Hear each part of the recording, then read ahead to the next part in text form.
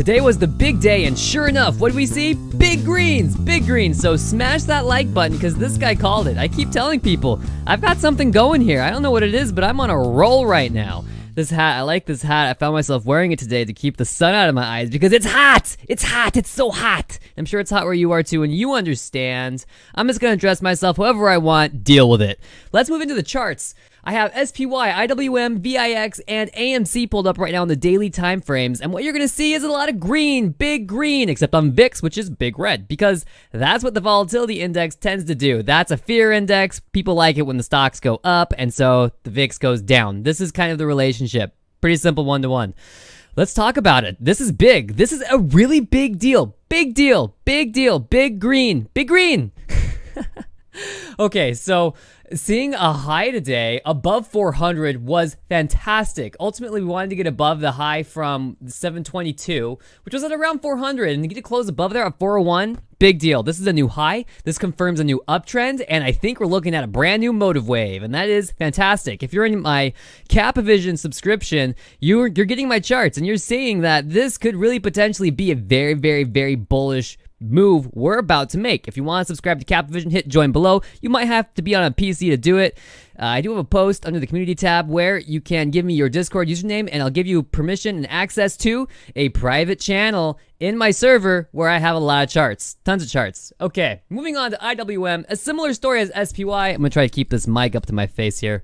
183.41 is a beautiful close. Again, we're seeing a new local high, and this confirms an uptrend. I think we're seeing a trend reversal, a bullish trend reversal in the markets, and I am so happy to see that.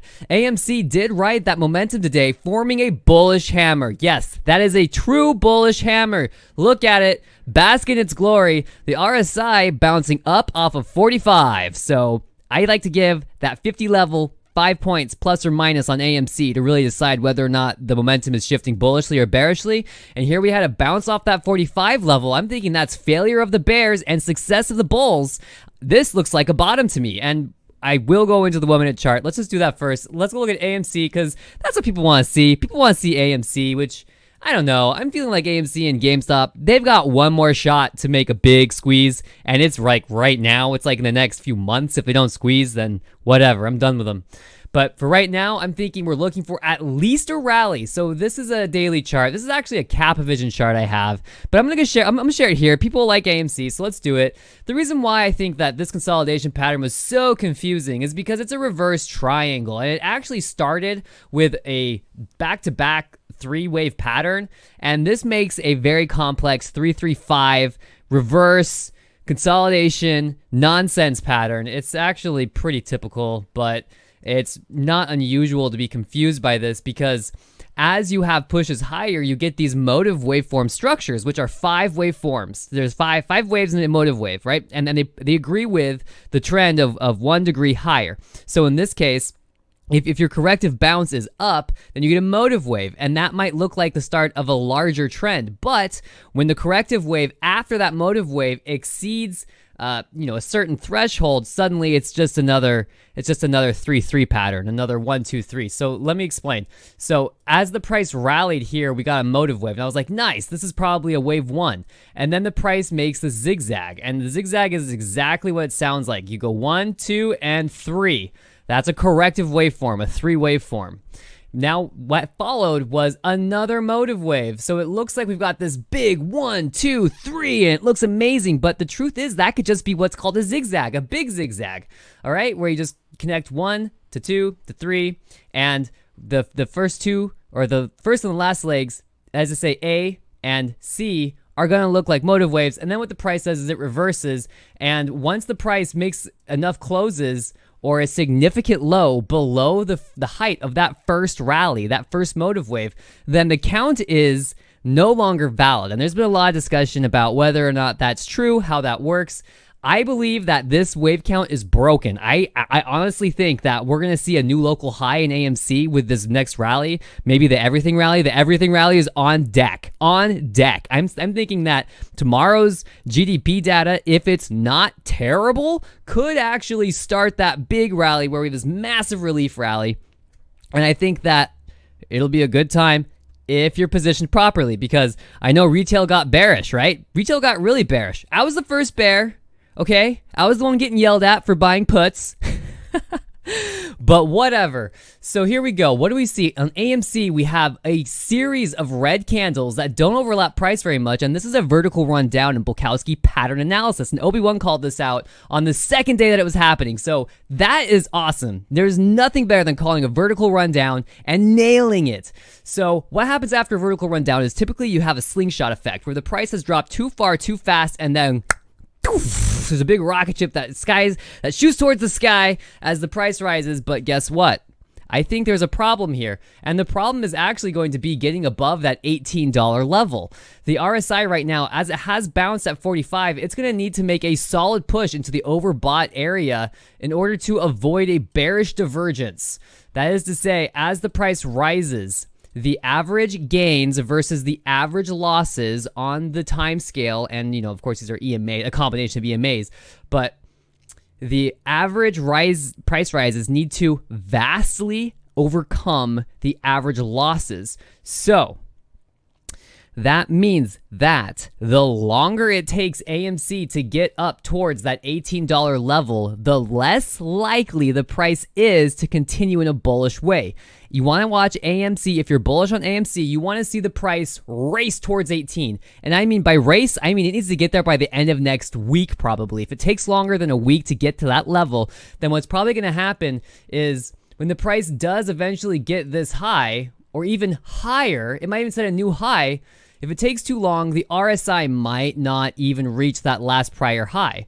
And that is a classic case of bearish divergence where at or near that overbought level, you have a series of lowering highs in the RSI, but in the price, you have rising highs. And that's the bearish divergence. I think that would probably be pretty likely. And then from there, who knows what's next? This would be where it's either short squeeze or bust for me personally. So here we go. I'm thinking that we're probably are going to get this nice euphoric bounce, and this won't actually finish this wave structure in a three waveform corrective waveform pattern. It's probably just going to go straight up, and it just depends on how green those days are. I don't know. So something to watch. If not 1837 by the end of next week, watch out. Let's go to GameStop too.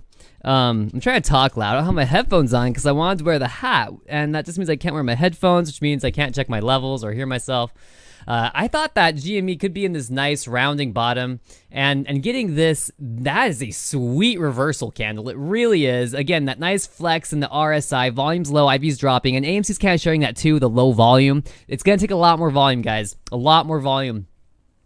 So I think that overall, there's probably a price target. I don't know what the price target is for this rounding bottom, but it's not going to be very high relative to the all-time high, which is now at 120. Interesting how that works, right?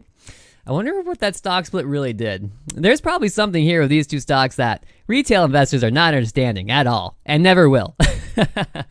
But hey, let me tell you about the one stock that I think retail is totally ignoring, and for no good reason. American Eagle Outfitters. I've covered it the last couple of episodes. Watch those videos. Watch them. We had this big dump because Bank of America analysts downgraded the stock. Well, Bank of America can shove it. As you can see, the price today made an incredible rally. That is a beautiful reversal, single day reversal. It's just gorgeous. It's a tall green candle, big tail. The open was above, almost entirely above yesterday's trading range. And to see this kind of action after a doji is awesome. Let me open up the 1 minute chart and really show you why I'm so excited. That is beautiful. Look at that. I mean, come on. Sure, it's only 6%, right? But only 6%. This is probably the beginning of a new trend that's going to fill that gap, and we'll see the price rise back up. And if we get good economic data tomorrow, or less than bad, I should say, economic data, or if the markets just respond positively to whatever the data is, maybe it's negative 0.05. It's like, okay, we're not really in a recession. Nonetheless, I think it's possible that this could be a real short squeeze. I really do. At 6.5 days to cover, that's a long time. And with 23% of the float shorted, I think that if the economy actually does make a quote-unquote soft-ish, maybe rough, but still half decent landing, then guess what?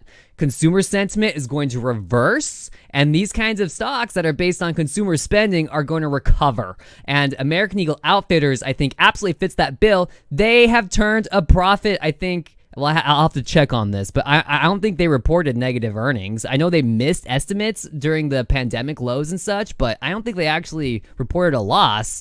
They're making money. They're a great company. They're growing, etc., etc., etc. Cap continues to rant about American Eagle Outfitters, and nobody cares. What if I told you that the day before the Bank of America analysts downgraded this stock, it was hard to borrow? And what makes a stock hard to borrow? Shorting, because those shares need to be located before they can be sold into the market. So short sellers, they go to the long positions. They say, hey, that's a nice long position. Can I have it? And longs say, yeah, go ahead. Here you go. I don't need it for whatever, a long time. And so then the shorts take it, and they have their share to sell into the market, and they can buy it back and return it to the person they borrowed it from or whatever it is. Well, the day after the price tanked, the stock suddenly, instantly became easy to borrow. Easy to borrow. So let me just break this down. The demand to borrow the stock in order to short it evaporated. Boom! It just disappeared all of a sudden as the price tanked, formed that massive gap, and doji. And I don't know, are shorts closing? We're going to find out tomorrow, because T+2 from then is tomorrow. And with the GDP data, I think we're going to see a pretty impressive move in American Eagle Outfitters. I'm not chasing a short squeeze. I'm just saying that the observations to support that idea or theory are there. Nonetheless, no one cares. Probably no one's watching at this point, so congrats if you are. Remember, hit like and subscribe and join CAPIVIsion. Join CAPIVIsion, because I gotta tell you, those charts, they're money makers, every single one of them. I don't know, but that's all for now. Happy trading.